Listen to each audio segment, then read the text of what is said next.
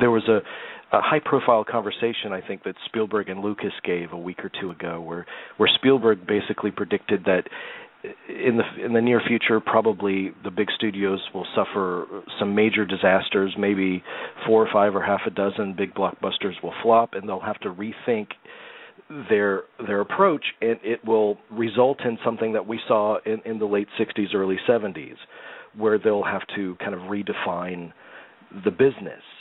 Do you see that on the horizon, or do you think that's very much a lost kind of place in the past that we'll never get back? I think there's a vague truth to it. As a matter of fact, I've been quoted over the last couple of years as saying somewhat a similar statement.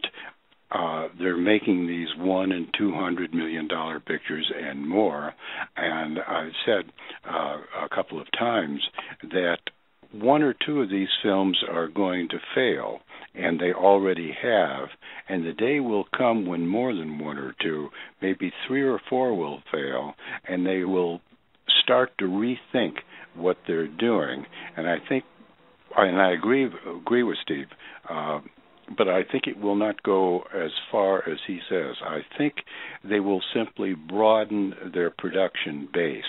They will continue making these big blockbusters, but they'll be somewhat more careful. Now they're just sort of saying, okay, Batman has been successful, let's make Batman 72.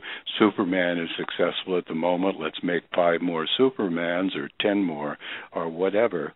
But enough of them, I think, are going to fail that they will say, all right, we will continue making these films, but we'll be a little more choosy as to what we will make. And the questionable ones we're not going to go with. Of course, what was it? William Goldman, Academy Award-winning screenwriter, made that great statement, nobody knows anything. And it's almost correct. But I think most people know something, but we don't know it all.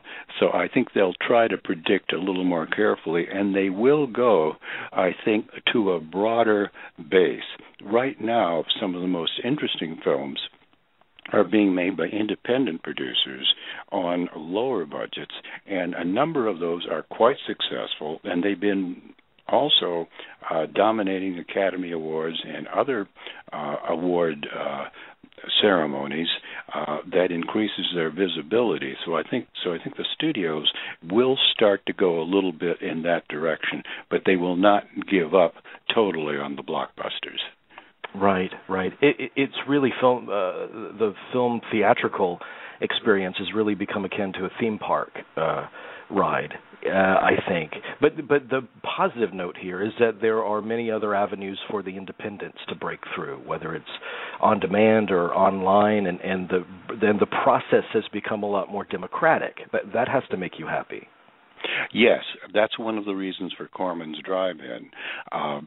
We see that the amount of playing time in theaters for independents is shrinking.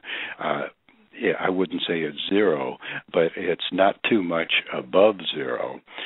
And as a result, we have to look for other means of distribution. The independents do play theaters to a certain extent, and they will undoubtedly. As a matter of fact, they might even increase their share a little bit because a number of the big films are failing, and there's enough of an audience that wants to see a different type of film.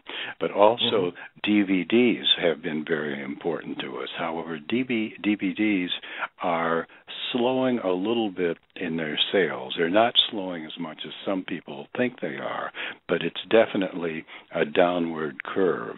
And Corman's Drive-In is a way to make it, as you say, more democratic. We can go straight to our audience. We can eliminate the middleman. I have nothing against theater owners and distributors, but we can go straight from our own production facility to the audience. We can deliver the films for a fraction. I mean, 30 pictures a month for $3.99. It's pretty tough to beat that price. So I think this is one of the ways that films are going to be distributed in the future.